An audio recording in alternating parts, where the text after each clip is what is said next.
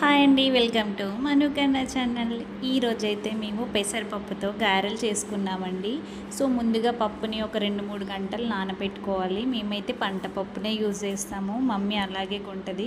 అది 2-3 అవర్స్ నానబెట్టుకుంటే ఆ పొట్టంతా వెళ్ళిపోతుంది. దాన్ని మంచిగా కడిగేసుకొని కొంచెం వాటర్ పోయేలాగా ఒక జాలి గిన్నెలో వేసేసుకొని ఒక 2-3 పిడికిట్ల పప్పుని తీసి పక్కన పెట్టుకోవాలి. మనకు గరకగా వస్తుంది, మంచిగా క్రిస్పీగా వస్తాయి గారెలు కూడా.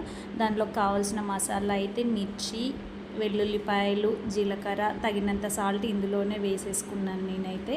అది మిక్సీ జార్లో వేసి మిక్సీ పట్టేసుకొని పక్కన తీసుకున్న పప్పు దాంట్లోనే వేసేసుకొని ఆ తర్వాత అయితే నెక్స్ట్ రిమైనింగ్ పప్పుని కూడా మనం మిక్సీ పట్టేసుకోవాలి. అందులో 1 డ్రాప్ వాటర్ కూడా లేకుండా, మనం కూడా వాటర్ వేయకుండా పట్టేసుకోవాలి. ఎందుకంటే మనకి గారెలు మెత్తగా అవ్వకుండా క్రిస్పీగా రావాలి అని అంటే అలాగే చేసుకోవాలండి. మీరు కూడా ఎప్పుడైనా ట్రై చేయండి, అలాగే బాగుంటుంది.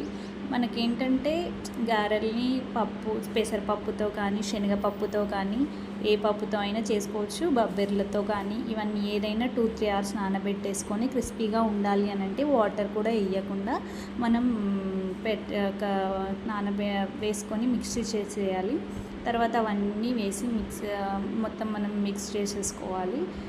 వాటర్ రాకుండా, కాకపోతే నాకైతే కొంచెం అల్లం వెల్లుల్లి అవన్నీ వేసాను కాబట్టి వాటర్. దాంట్లోకి కావాల్సినవి ఏంటంటే నేను కరివేపాకు వేసుకున్నాను, నెక్స్ట్ ఆనియన్, కొంచెం చిన్నగా కట్ చేసుకున్న ఆనియన్ వేసేసుకోవాలి. తర్వాత పచ్చిమిర్చి కూడా చిన్నగా కట్ చేసుకొని వేసుకున్నాను. మనం ఆల్రెడీ సాల్ట్ అందులో వేసేసుకున్నాం కాబట్టి అక్కర్లేదు. పచ్చిమిర్చి వేసుకున్నాను ఇందులో కాబట్టి కారం కూడా అక్కర్లేదు. ఒకవేళ మీకు పచ్చిమిర్చి ఇష్టం లేదు, కారమే వేసుకోవాలి అనుకుంటే మీరు అలా కూడా వేసుకోవచ్చు. కొంచెం కొద్దిగా పసుపు కూడా వేసేసుకొని మంచిగా మిక్స్ చేసేసుకోవాలి అన్నీ కలిసేలాగా. అన్నీ మిక్స్ అయ్యేలోపు మనం బౌల్లో ఆయిల్ పోసేసుకొని హీట్ అయ్యే వరకు పెట్టేసుకోవాలి పక్కనే బౌల్లో. సో మీరు కూడా మా ఛానల్ని ఫస్ట్ టైం చూసినట్లయితే please share, subscribe, like and comment my channel. మేము ఇంకా కొన్ని సరికొత్త వంటలతో మేము మిమ్మల్ని ఎప్పటికీ ఎంటర్టైన్ చేస్తూనే ఉంటాము. పక్కన బౌల్ పెట్టేసుకొని బౌల్ హీట్ అయ్యాక అందులో ఆయిల్ పోసేసుకొని అది హీట్ అయిన తర్వాత నేను గారెలు వేయడం అయితే స్టార్ట్ చేశాను.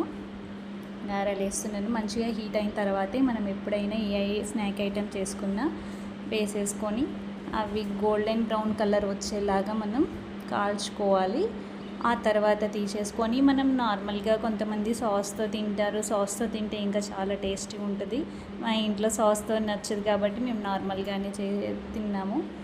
సో మేము ఎప్పటికీ అలాగే చేసుకుంటాం. పంటపప్పు ఉంటే మీరు ఎప్పుడైనా ట్రై చేయండి, బాగుంటుంది. కాకపోతే అది కర్రీ అందరికీ ఇష్టం ఉండదు కాబట్టి గారెలకి కానీ అట్లా దీనికి యూజ్ చేసుకోవచ్చు.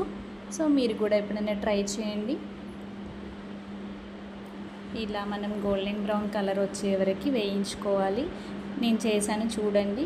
ఇవైతే క్రిస్పీగా ఇట్లా అనగానే విరిగిపోయాయి, మంచిగా క్రంచీగా అయిపోయాయి అన్నమాట. సో మీరు కూడా ఒకసారి ట్రై చేయండి, కామెంట్ చేయండి. Please subscribe my channel. Thank you.